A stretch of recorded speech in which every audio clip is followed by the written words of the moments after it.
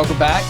Another segment of our York County Sheriff's Race, and today's guest is Mr. Michael Belk. So if you would tell us a little bit about yourself. Pleasure being here, gentlemen. Yeah, welcome, man. Yeah, this is great. Thanks for taking the time. Great. Yes. I'm Michael Belk. I'm the current Deputy Chief of Police for the Rock Hill Police Department. Been there 31 years. Wow. I grew up in Florence, South Carolina. I moved up here. Now, were you a West Florence or a South Florence guy? I was a Wilson. Oh, wow. Yeah, the other school. Yeah, that was me. And my father worked at DuPont. Okay. And we moved to that side of town, and my mom was a school teacher, so we were East Florence folks. Okay. So, current Deputy Chief of Police. I'm a veteran of the South Carolina Army National Guard, the 133rd Military Police Company out of Timminsville, South Carolina. Okay. MP. Yeah, MP. And and also college graduate. Graduated. I started school at the Florence Darlington Technical College, where I got an associate's degree. When I moved up here, I got a bachelor's degree in criminal justice at Pfeiffer University in Charlotte. Married. I'm a father. Got a 19-year-old kid who is finishing up. Well, he finished up school this week. He's at Wofford College. I think you're from Spartanburg. I was born at Mary Black, but quickly my mom, migrated down south to Somerville. So you can tell he did some op-ed on us. Yep. Yeah. So he is. They finished up school last week with finals. He plays baseball for the Terriers. So they nice. They're continuing on in the Southern Conference tournament, and they are in Greenville today. Just got done beating UNC Greensboro, so they are moving on. Speaking of, we're going to have to wrap this up pretty quick because the Gamecocks, 4 o'clock, baby, play Kentucky. It's their elimination game. I hate to say that, but hey, I tell you, the Gamecocks have been running through some folks, man. They beat Arkansas, and man, they lost a nail biter. We might have to stop funding them to LSU. Man, they were up 10-9. Gamecocks baseball up 10-9 and let 2 runs get past them in the 9th to lose 11-10. Have they been good since Tanner left? Have they won anything in baseball since Tanner left? I don't think they've won the championship, but they've been to Omaha, yeah. Okay. Yeah, for sure. I know Clemson has, because I got plenty of those Pauls that say Omaha in the middle. Y'all are a little shaky. When have they been to Omaha? I think I had a hat that had Omaha on it. But, yeah. Clemson's been good this year, but they've struggled ever since their coach left. Being a Clemson fan, I really only pay attention to football because it's the only sport that really matters. Oh, here we go. But Yeah. Was it weird that Monty Lee went to South Carolina to coach? It's got to be a little weird, especially when Clemson and Carolina meet each other, right? Hey, good is good. Great is great, and folks tend to want to go to South Carolina if they want to be great. So that's why Lou Holtz is Spurrier with man, we are getting way off track here. Absolutely. So where were we? Yeah. So your son enjoying baseball. Yeah, enjoying baseball. So boom, let's we'll turn. So what brought you from the PD region of the state back up here to York County? Was it a job, a lady, or a combination. So my wife was she's from Fort Worth, Texas. Okay. And her father worked for American National Can out of Fort Worth, Texas. They built a plant in Bishopville, South Carolina. Okay. Have you ever been to Bishopville? Yes. Okay, imagine a young lady guy, moving. Yeah, it was the Lizard Man was from down there. Was down. So imagine a young lady moving from Fort Worth, Texas to Bishopville. And, she was attending Francis Marion University. We met on campus there. And when I told her I wanted to go in law enforcement, we were getting pretty serious, got engaged, and she's like, please, God, can we get out of here? What are you looking at? I was looking at Charleston. I was looking at Rock Hill, and Rock Hill was fortunate to be the first one that reached out to me. Or I was fortunate enough, Rock Hill was the first one to reach out. And never looked back. And wow. She wanted to come up here because it's, close to Charlotte. So being from Fort Worth, it's like, got a big city. Like the amenities of the big city. So it's pretty neat. Yeah. So been up here, she works daily in Charlotte. She's an attorney up there, and She is not a criminal attorney. And just you already saw the look on Guffey's face. Yeah. I could see it out of the corner of my eye, so I quickly kind of, yeah. He's scooting away a little. But she does consider herself a dirt attorney, so absolutely. Now, what kind of law does she practice? Real estate. Anything and everything that deals with dirt. Yeah. Nice. Yeah, so. Okay. So we have been here. Was get dirty. Yeah. Well, there you go. So you've been here since the 90s. Yeah. Well, I started, 93. I went to police academy. I was here a little bit earlier than that. Okay. 31 years with the police, with the force. So. That's right. Now, so for the listeners out there, talk about your experience with Rock Hill City Police. I mean, where'd you start, and sort of where you are now? Yeah, so started in uniform on patrol, as every police officer does. Yep. That's where you kind of learn how to do this job. So patrol division, worked there for several years, ended up, my first move from patrol was into narcotics. Now, when I worked there, we had a true Rock Hill narcotics unit. We were our own isolated narc unit. The county had theirs, and that was about it for... Is that Cabinets that was running it at the time? Cabinets was the captain over investigations. Marvin Brown was working. He was a lieutenant over the narc unit. Okay. So that's a kind of a rare thing you don't run into much anymore, is a guy that was a true Rock Hill narc. And later on, they ended up making the York County Multi-Jurisdictional Drug Unit, which I'm sure we'll probably get into that topic. But worked there for a good bit. Went back to patrol. If you're the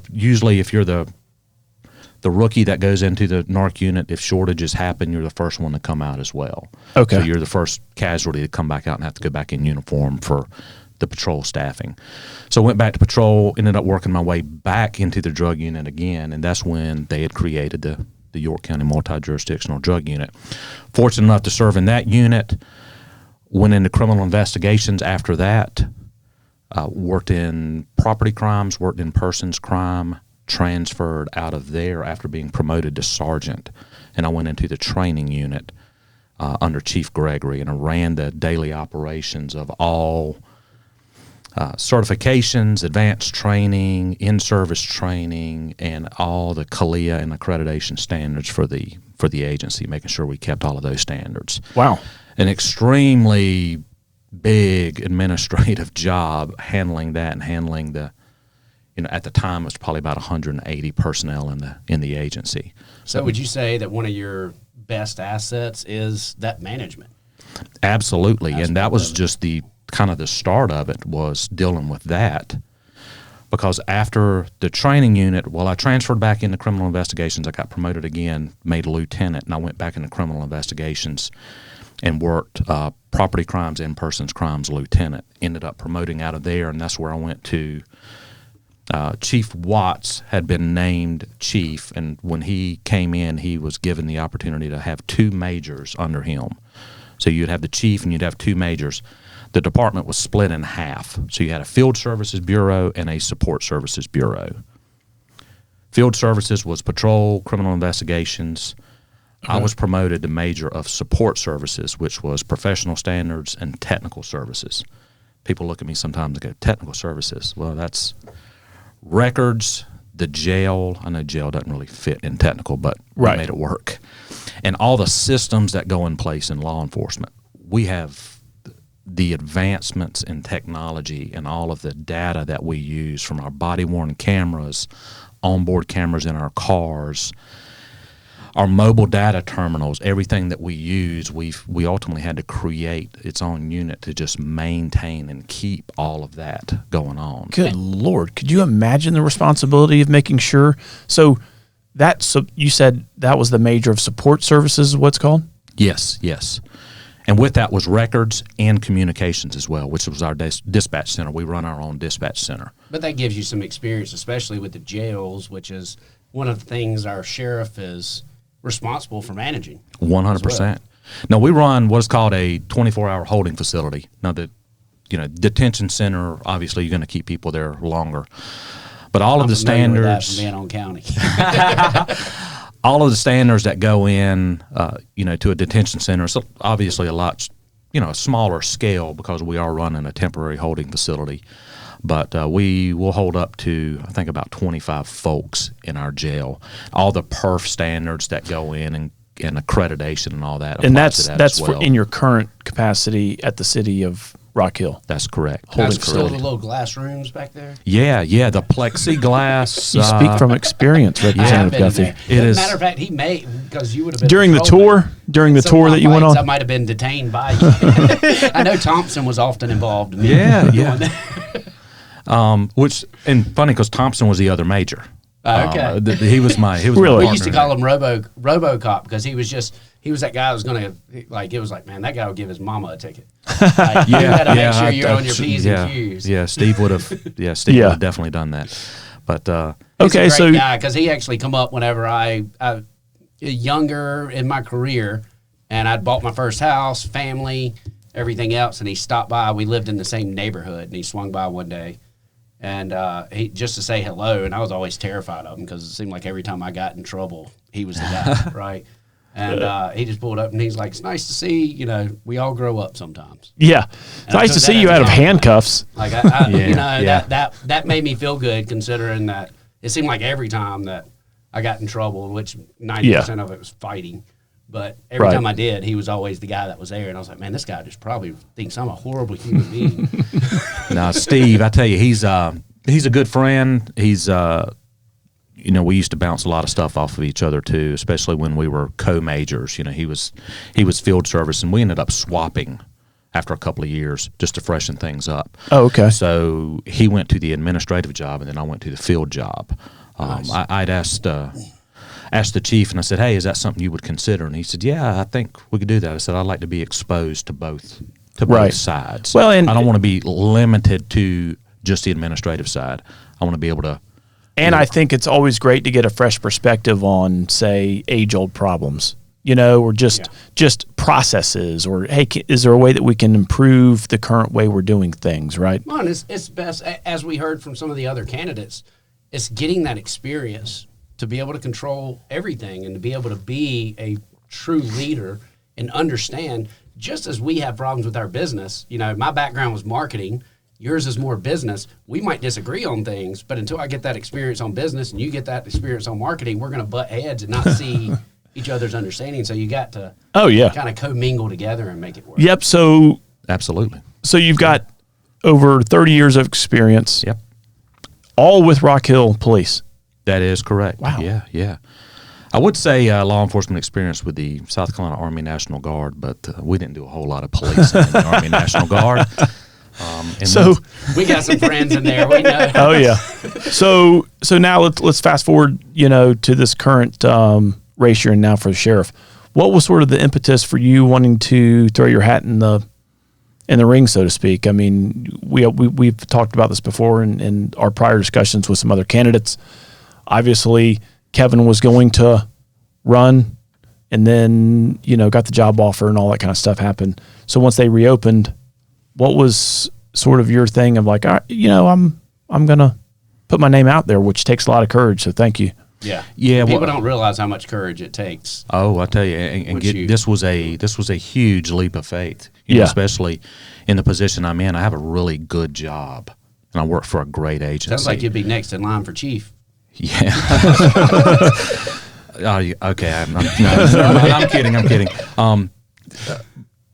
But early on, I committed. When I say I committed to law enforcement, I committed to being the best I could be at law enforcement. I didn't want to settle for, just being a street cop or just being a narc. I wanted to be the best I could be and the highest I could be in law enforcement.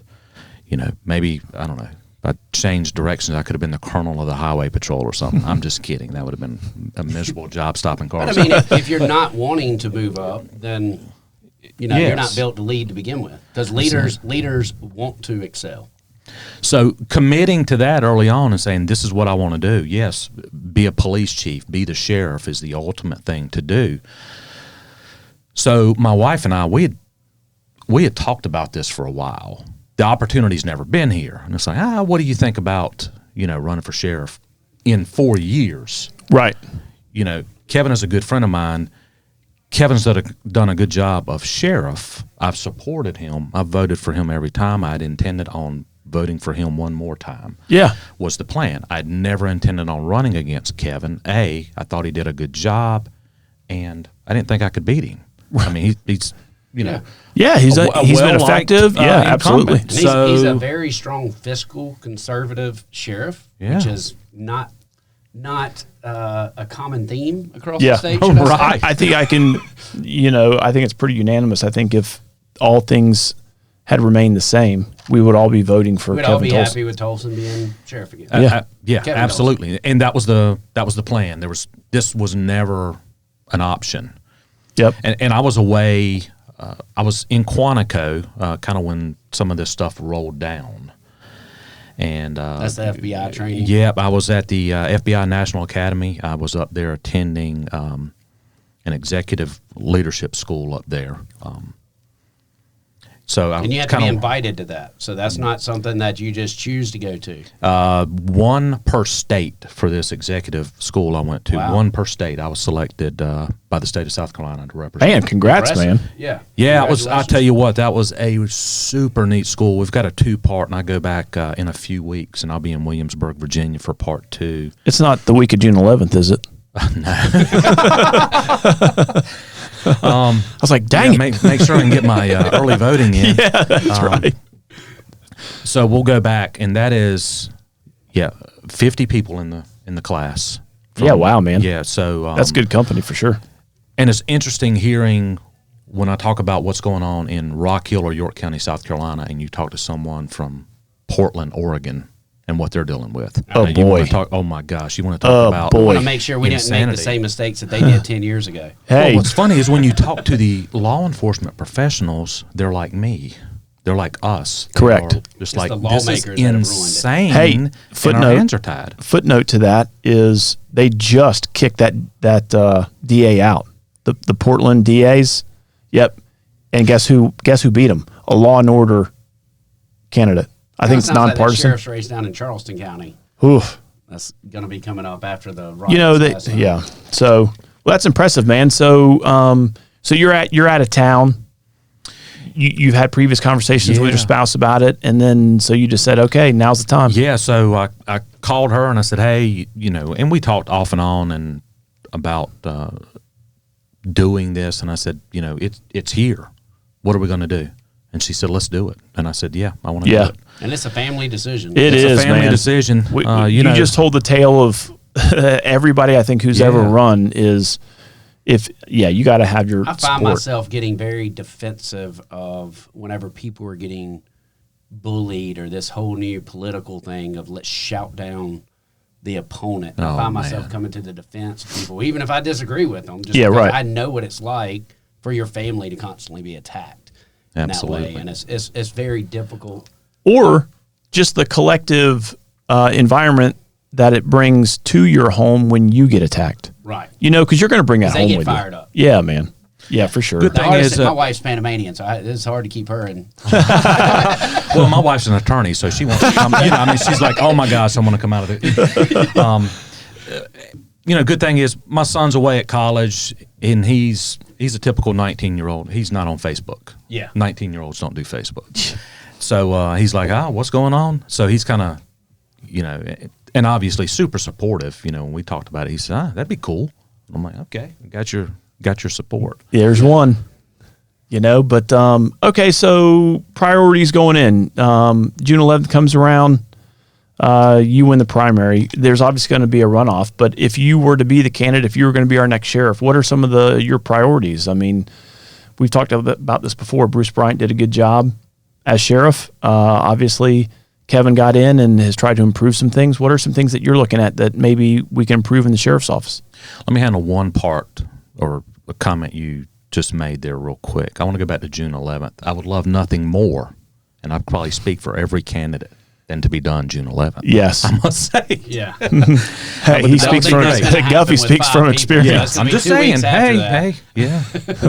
Let's try. That's the goal. Yeah, absolutely. And that being the goal. So going in, looking at issues and what I see currently in law enforcement, the biggest thing we're looking at right now and county-wide And people that have heard me out there talking in forums and debates, I talk about fentanyl. Fentanyl is huge, huge issue that's going on right now.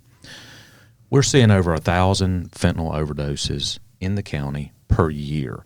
Now, those are not all fatal overdoses. And law enforcement, public safety in general, are Narcaning. You guys familiar with Narcan? Oh, yeah. Absolutely. Yep. We're Narcaning over 500 per year. And that's just what we know about. Just think about how many family members are doing that, or friends that are Narcaning each other. So to say, fentanyl, is an issue, An understatement. Hey, absolutely. You remember the old days when there used to be crack kills? You remember back in the late 80s now and 90s? One pill will kill, and we see many innocent kids that and just that's why to experiment one time. So that was one of the big issues that both Guffey and I championed during our first campaigns was the and we with mandatory minimums. Absolutely. We wanted to put that tool in the tool box of our solicitors and law enforcement. Unfortunately, homicide by fentanyl didn't get through this year, but I think it needs a little bit of work to get our 2/3 of attorneys to really agree that we're not getting innocent bystanders kind of caught up in it. But we've learned in our 2 years of service so far, it seems like a lot of issues are interrelated, right? There's connective tissue in social and education and law enforcement and incarceration. Like there's all this connective tissue. What can we do on a local level about the fentanyl crisis? So as sheriff, my plan is, and my experience working within the drug unit and now kind of overseeing our section of the drug unit, is we need to expand it. These investigations, these fentanyl investigations, are real complex. You've got stuff coming through the southern border, making its way to Los Angeles, over to Atlanta, working its way into Charlotte. So working with federal partners to be able, we've got to be able to reach outside of our borders. And good thing about the York County Multi-Jurisdictional Drug Unit, that's allowed local law enforcement to reach outside of its borders county-wide. Now with the drug unit is to be able to work with these federal partners working on all these DEA task force, ATF task force, to where we can reach way outside of our borders and work these complex investigations. With the limited staff, now they've got a good staff. I don't want to underestimate their abilities. They just need more resources. They need more resources, need more personnel, need a recommitment to it from all the local agencies. Right. Now, as you expand that unit, you're able to work more complex investigations, which means they can work 2 or 3. Right now, as it stands, one major investigation in a pill lab can really drain the resources of that unit. Everybody's focused on one mission. Meanwhile, all of this other stuff's going on, and some of that other stuff is what we call quality of life issues. Those are your drug calls that are still very important, and those are your lady calls, the police department says, hey, there's a lot of high traffic coming in and out of this house. I know they're selling drugs.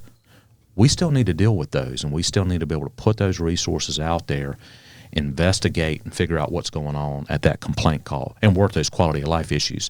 So you can't be totally focused on all these really high-level complex investigations. You still need to be able to work the local stuff. Boots on the ground. Yeah, and with the expansion and recommitment and working with federal partners, would be able to.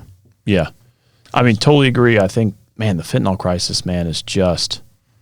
It is the crack epidemic of this generation. Yeah. I think it's far worse. And then we got other things such as xylazine and all these other garbage drugs. But, and as I'm working on cyber issues and extortion issues, I'm seeing the same thing. People are just overwhelmed, and there's only so many resources, and you're trying to validate on this is the most important. This is going to help as many of these cases at one time, but you don't want to give up on something that you're already working on, and the only way to solve it is more resources. And instead, as crime has increased, our population has increased, we've seen a lot of people leaving the law enforcement field, unfortunately, due to unfair accusations and a narrative across the country, or just lack of support instead of Yeah, we need more people supporting our law enforcement and having that trust right away that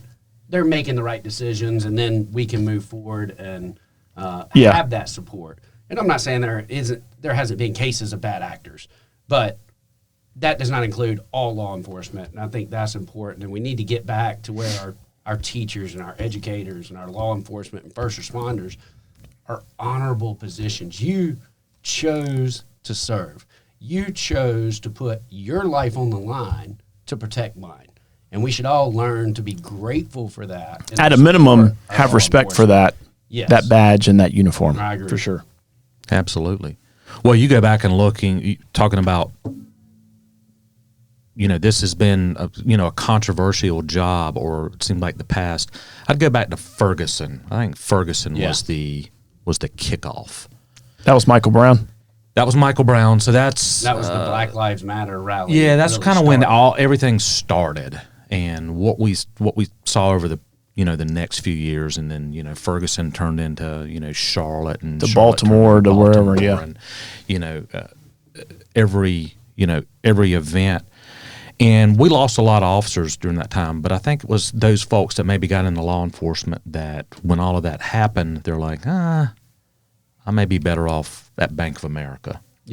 And those folks would have eventually probably found their way out of law enforcement. Yeah. I like to think if I can keep an officer over 7 years, they're committed. We have them. Right. 10 years is the mark. And I can say personally, when I hit 10 years, I was like, there's no doubt I will not only, continue in law enforcement, but retire from law enforcement. All right. That's very important, Guffey, what he just said. So basically 10 years, we have 10 years in the house, and then we got to get out. Because if we're not kicked out before then, they're going to have their election 2 more years. And the way my Facebook wars are going right now, might not have shit. Well, Michael, thanks for coming on. Thanks for putting your name out there, and tell us all how we just can being willing to run. And let the two listeners know, how do they support you? How do they get a hold of you? How do they contact you? So, Facebook, I'm Michael Belk for Sheriff on Facebook. I'm belkforsheriff.com on our website. Looking right now, just getting the word out, those folks. And I think a lot of folks is slowly getting there, but I'm still running across a lot of people that are not educated on really what's going on in this process. Welcome to politics. Welcome. Yeah, it's like, nothing against Kevin, but they're like, hey, what's wrong with Kevin? I'm like, Kevin's not running. It's like, hey, do your research and get out there and, take a look at me. Obviously, do your homework on your candidates. It's more than just a sign and kind of what you're seeing. Do that research. And a lot of you think, I've always felt like I've been an educated voter going in there. I always feel like I go in there with a plan unless they throw some really weird like one of those weird questions. Yes. That you're not prepared for. It's like, okay, and my wife and I, when we discuss, it's like, okay, this is what we're doing. We're, pulling this lever. Yeah. And every now and then you'll get one of those weird ones. It's like, huh? But educate and yourself. Folks, that's right. That's important. And you can go get a sample ballot online. Yes, absolutely. What is it? SCVotes.org. Yep. So punch in your information. You can see who's on your ballot, and don't just be prepared to vote. I mean, vote early if you can, because you never know what's going to happen. We got graduation, we got first week, we got all these vacations. Get your vote in early to ensure it's going to count, number one. Number two, if you support someone, if you go to belkforsheriff.com and you really say, hey, this is my guy, see what you can do. If you don't have time to sit there and walk and help knock on some doors, you got a mouth. You can pick up a phone. Reach out and say, hey, what message can I help spread? And if you're willing to support them via your social media network, do that too. Or just send a check to help. $20, folks. How much is it to run for sheriff? It's like close to $8,000, isn't it? So it's $7,770.43. And that's just the filing. That's the minimum you got to run before any, or that's the minimum you got to raise before any. Could you imagine advertising or anything? Could you imagine if to run for the state house it costs $7,700 some odd dollars? I mean, I wouldn't do it to take home $9,900 a year. Yeah, that's true. That's true. So when we started, and this was part of the discussion, so when I got back and I started looking at filing, and I'm like, I'm like, hey, it's I had to be like a $50 filing fee. Tracy, Yeah, right. This is what we'll do. I'll do a little application and $50 filing fee. Nope. I said, hey, we're gonna it's a little more stout. I need you to negotiate a little bit more on these next dirt purchases. Yeah. Well, I'll tell you what, and it is. We're all three. I'm the rookie at this and getting in. It is extremely expensive. I've never understood. And people talk about politicians, asking for money. It's real. Oh, I know. And it's like this is extremely People expensive. don't realize you don't make money. And that's probably the hardest part of the job, I think, when you're running, is asking someone to dig into their wallet and give you money. Southern values, you're not raised to ask No, for not at all. a dime. So what we've always said, I could go out and campaign for Guffey better than I can campaign for myself. Oh, it's much easier, right? Because Guffey just asked for money for me. Yeah, right. So, and he's running unopposed. Yes. Hey, I'm getting good at this politics. Yeah. But it's right, because when I left home, I've always been an independent person. Yeah. My wife and I, we've had we've been successful. We've been fortunate to do this, and I've never had to ask for money. Obviously car loans and stuff like that. Yeah. Mortgages, but really, asking money for something like this is extremely uncomfortable, and it is, man. that you've got to. I don't know that I'm used to it. It's still. I don't think you ever get used to it. And being in law enforcement, you aren't used to politics, so it's different. And everyone's got to realize that anybody that's running for sheriff is not a politician. You're a law enforcement. You're more of a black and white vision person. This is the law. This is what I'm going to do. Yeah, it just runs against your DNA. In that whole let me spin what's going to be said, and this. I'm sure you've seen it. Not all politicians are like that. No, but I'm sure he's seen it in the debates where questions propose certain ways. Like we call it gotcha votes. It'd be gotcha questions, just trying to portray you in a bad light. But or Michael, plants. I want to thank you for coming on. We're kind of at the end here, but I want to thank you for coming on. Thank you for your courage. Yeah, and willingness to serve, man. We need folks like that. For your current service. Yeah. Yes, sir. Absolutely. And it was great hanging out with you guys. It's been great to get to know you. I didn't really know you before the election too much, and I'm good friends with 3 of the candidates. I would like to consider you as one of those friends that I've made in the during this race as well. So best of luck to you and your family, and we'll continue to keep you all. Hey, man, 2.5 more weeks. So for everybody out there, early voting begins May 28th. I think that wraps up that Friday prior to June 11th. It's like the 7th. Yeah. And then obviously the primary vote is on June 11th. So folks, if you cannot monetarily support your candidate, if you cannot donate some of your time, take the 5 minutes or 20 minutes it takes to drive to your polling place and early vote. There's going to be 4 early voting polling places: Clover, Fort Mill, York, and Rock Hill between May 28th and June 7th. If you can't make any of those, go out and vote Tuesday, June 11th. And be prepared to come back in 2 weeks. Thanks, Michael. Absolutely. Thank you. Good talking to you guys. Thank you. Yeah, man. This one just ran out.